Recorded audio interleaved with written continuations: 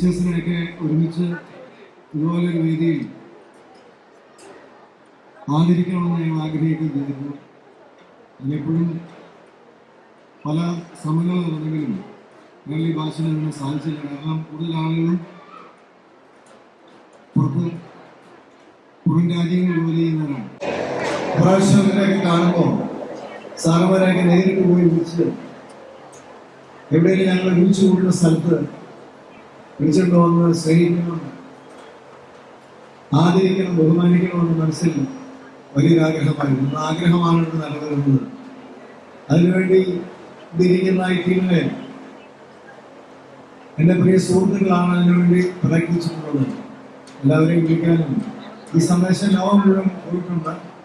ഇവിടുന്ന് ലൈവായിട്ടും അല്ലാതെയൊക്കെ ഈ സ്റ്റേജിലെ പ്രോഗ്രാം അവരൊക്കെ എവിടെയെങ്കിലുമൊക്കെ സ്ഥലത്ത് കാണും. നമ്മുടെ സന്തോഷ് അമരക്കാരനായ ജനസംഘത്തിന്റെ പ്രവർത്തനങ്ങളെ പറ്റി മറ്റും മീഡിയകളിലൂടെ കേൾക്കുമ്പോൾ ഒന്ന് രണ്ട് വികാരങ്ങളാണ് മനസ്സിനെ സൂചിപ്പിക്കുന്നത്. ഒന്ന് അപാരമായ സന്തോഷം, കാരണം നന്മ മാത്രമാണല്ലോ പ്രവർത്തിക്കുന്നത്. ജനോപകാരപ്രദമായ കാര്യങ്ങളാണല്ലോ സന്തോഷം പ്രവർത്തിക്കുന്നത്. മാനസികമായ വലിയ സന്തോഷം. രണ്ടാമത്തെ ആത്മാഭിമാനം.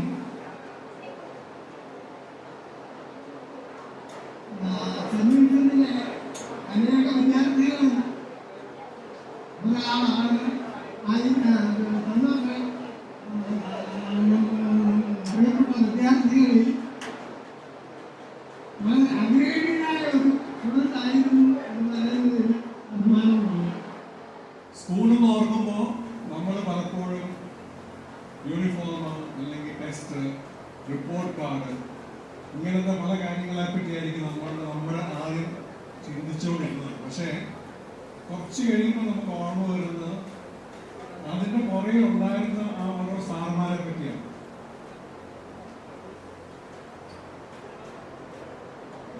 പാഠങ്ങൾ മാത്രമല്ലായിരുന്നു. അതായത് ഇന്ന് നമ്മൾ ഓർക്കുമ്പോൾ ജീവിതത്തിൽ ഇത് സ്കൂൾ കഴിഞ്ഞു, കോളേജ് കഴിഞ്ഞു, ജോലി കയറി പാലയിലൊക്കെ പുറത്തോട്ട് പോകുന്നു, അവിടെ നമ്മൾ ആ ഒരു ജീവിതത്തിന്റെ ആ ഒരു പിന്തുണ കൊണ്ട് നടക്കുന്നു. പലപ്പോഴും നമ്മൾ പല കാര്യങ്ങളും മറന്നിട്ടുണ്ട്. പക്ഷേ ചില സമയത്ത് നമ്മൾ ഇരുന്ന് ആലോചിക്കുമ്പോൾ ആ തുടക്കത്തിൽ തന്ന ആത്മവിശ്വാസം ഇന്നും വളരെയധികം സ്ട്രോങ് ആയിട്ട്, കോൺഫിഡൻ്റ് ആയിട്ട് ഒരു പ്രശ്നത്തെ മുന്നോട്ട് തരണം ചെയ്യാനായിട്ട് ഉള്ള ആ ഒരു ശക്തി പലപ്പോഴും നിങ്ങളിൽ പലരിൽ നിന്നും കിട്ടിയ ആ ഒരു ശക്തിയാണത്. അത് ജന്മന ഉണ്ടായതല്ല. ചില കാര്യങ്ങൾ ഓർക്കുമ്പോൾ സ്കൂളിൽ തന്നെ ആണെങ്കിലും സാർമാരുടെ പിച്ചും അടിയും ഇഷ്ടംപോലെ കിട്ടിയിട്ടുണ്ട്. വലിയ സാധനത്തിന്റെ ഈ മനഃശാന്തി സെലിബ്രേഷന് കൂടെ സന്തോഷത്തിന് ഇനിഷ്യേറ്റീവ് എടുത്തു. അപ്പം അതിന് വരാൻ പറ്റുന്ന കുറച്ച് പേർക്ക് ഞങ്ങൾക്ക് വരാൻ പറ്റുള്ളൂ. ഒത്തിരി പേര് ഇന്ത്യക്ക് പുറത്താണ്, വിദേശത്താണ്. കുറച്ച് പേര് ഇവിടെ ഉള്ളവർ മഴകളൊക്കെ ആയിരിക്കും വരാൻ പറ്റാൻ സാധിച്ചത്. അപ്പം ഞങ്ങൾ 84-ലാണ് സ്കൂള് കംപ്ലീറ്റ് ചെയ്തത്. എന്തും നല്ല മധുരം നിറഞ്ഞ ഓർമ്മകളാണ് സ്കൂൾ സമ്പാദിച്ചിട്ടുള്ളത്. ഞാനൊക്കെ സ്പോർട്സിൽ വളരെയധികം മുന്നോട്ട് വരാൻ സാധിച്ചിട്ടുണ്ട്. ഞാൻ ഇവിടെ സെബാസ്റ്റ്യൻ സാറാണ് എൻ്റെ മുൻകൈ എടുത്തിരുന്നത്.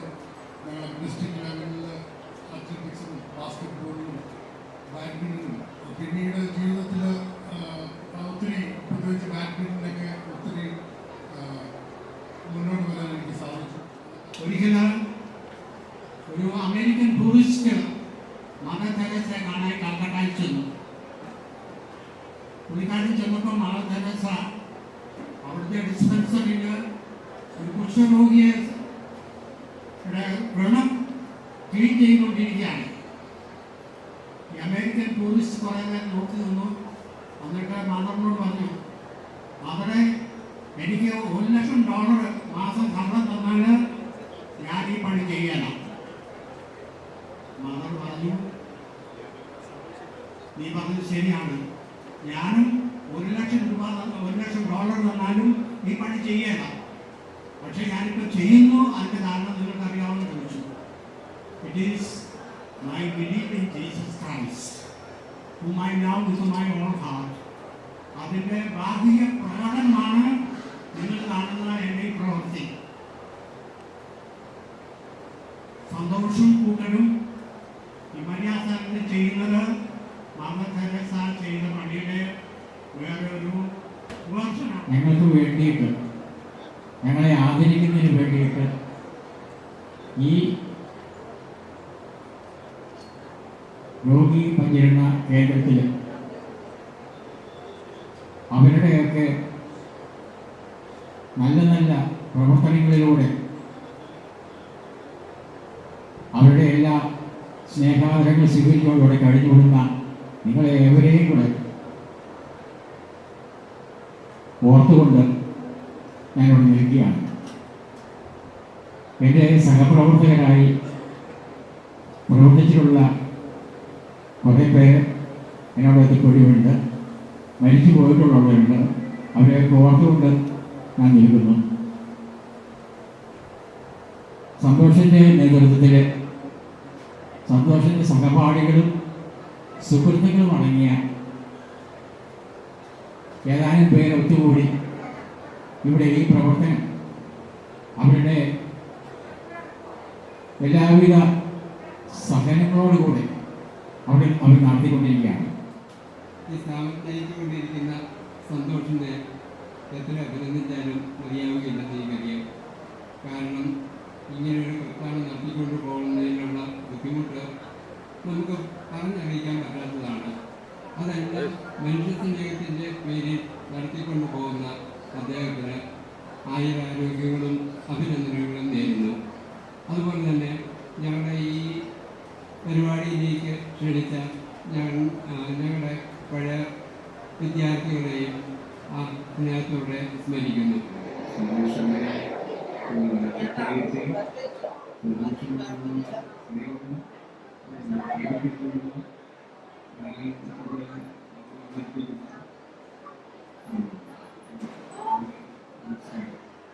എന്നെ സംബന്ധിച്ച് പറഞ്ഞാൽ ഇതൊരു അപൂർവ സംഗമമായി തോന്നുന്നുണ്ട്. സെന്റ് വിൻസെന്റിൽ പഠിപ്പിച്ചതിന് ശേഷം ഞാൻ പിന്നീട് 5 സ്കൂളുകളിൽ കൂടി പഠിച്ചു.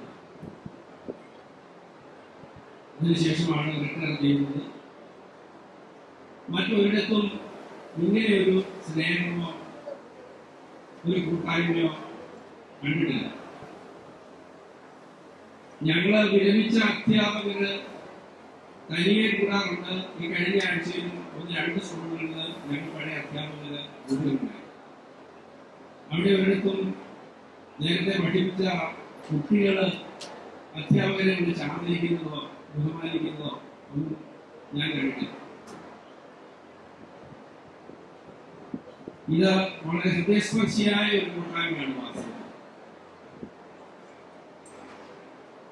40-42 വർഷങ്ങൾക്ക് മുമ്പ് പഠിപ്പിച്ച അധ്യാപകരെ ഇപ്പോഴും ഓർത്തിരുന്ന് അവരെ വിളിക്കുന്നു, ആദരിക്കുന്നു, സ്നേഹിക്കുന്നു. ഇതൊക്കെ കാണുമ്പോൾ അറിയാതെ കണ്ണു നൽകുന്നു. അതിന് ജീവിച്ചു വിടാൻ എന്നും അല്ലെങ്കിൽ അവിടുത്തെ ഹെഡ്മാസ്റ്റർമാരൊക്കെ ശ്രമിച്ചു നടക്കാതെ പോയതാണ്. പക്ഷേ സ്കൂളിൽ എക്സ്ട്രാ കരിക്കുലം ആക്ടിവിറ്റീസ് ഒക്കെ ഉണ്ടായിട്ടുണ്ട്.